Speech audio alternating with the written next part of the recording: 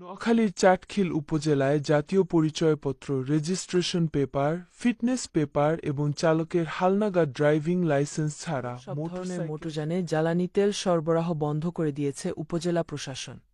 বৃহস্পতিবার ১৬ এপ্রিল প্রশাসনের এই উদ্যোগের ফলে প্রয়োজনীয় কাগজপত্রবিহীন কোনো যানবাহনকে জ্বালানি দেওয়া হচ্ছে না বলে নিশ্চিত করা হয়েছে।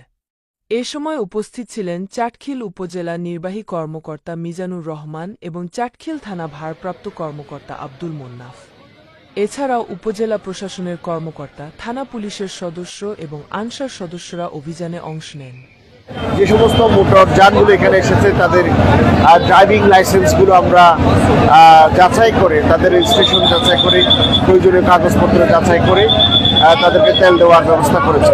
দীর্ঘদিন ধরে মানুষের অভিযোগ ছিল অনেক সময় বখাটের ছেলেপুলে যাদের তেলের প্রয়োজন নেই বা জ্বালানির প্রয়োজন নেই তারা মোটরসাইকেলে তেল নিয়ে যাচ্ছে, পেশাজীবীরা পাচ্ছে না।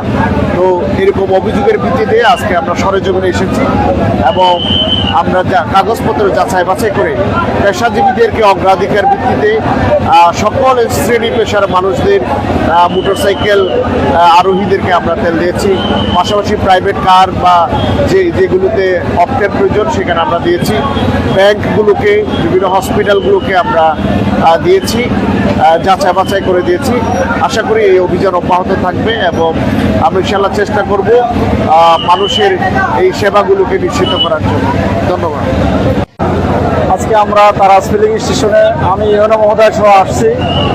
আমরা আজকে কাগজপত্র চেক করে যাদের রেজিস্ট্রেশন, ড্রাইভিং লাইসেন্স সহ একটা গাড়ির যাবতীয় কাগজপত্র চেক করে সঠিকতা যাচাই করে আমরা তেল দেওয়ার সিদ্ধান্ত নিয়েছি এবং সেটা বাস্তবায়ন করছি।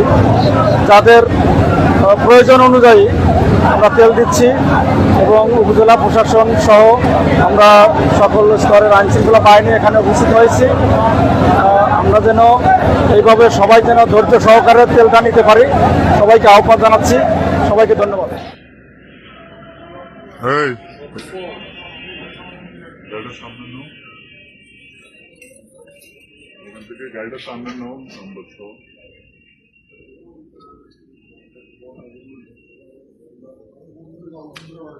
কি পড়ছে?